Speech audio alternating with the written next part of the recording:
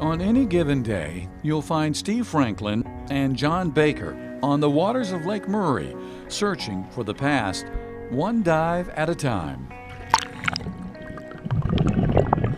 A lot of people think it's eerie, but I mean, you know, it's really not. It's a step back in time. These two men have devoted hours discovering a forgotten time and place that sits at the bottom of this man-made lake. There are a lot of towns throughout the lake, a lot of old churches, schools, cemeteries. When SCE&G purchased the land to build Lake Murray, 75% of it was just a wooded area. The rest of the land consisted of 9 small towns and communities, home to nearly 5,000 residents. 90 years ago, in 1927, SCE&G paid to relocate them all and build new structures elsewhere. All that remains now are bits and pieces of the past, some big, some small. One of the bigger pieces is the old stone house. It was built in the 1800s. Despite its size, the murky water made it hard to find. When we found it, we actually swam through the front door and hit our heads on the back walls. but that was neat to be able to find that and see how it's still kind of preserved. I mean, you got all 4 walls and some of the rafters of the roof still there.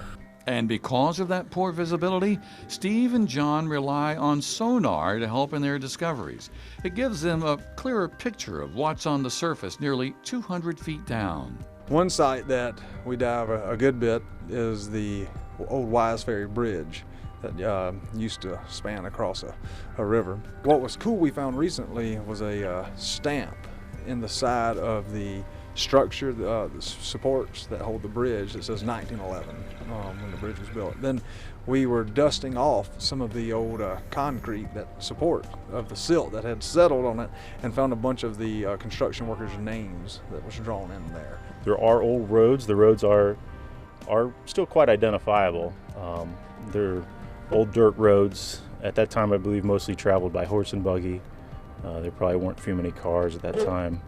So the old roads are still pretty easily identifiable, especially on the side scan sonar. And that kind of helps leads us to where the old towns were. Sometimes there's really nothing at all, except mud and rocks, you know, where it was left. But sometimes we do find some pretty cool things where an old city was, and even some old home sites too. Other discoveries include boxcars, railroad tracks, a hitching post, and cemeteries. When SCE&G bought the land, they offered to move the dead, but most families decided to let their loved ones rest in peace.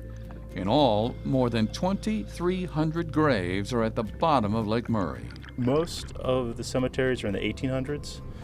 There's 3 different types of cemeteries, I guess you could say. There's actually old slave cemeteries from the time, you know, there was slavery at that time.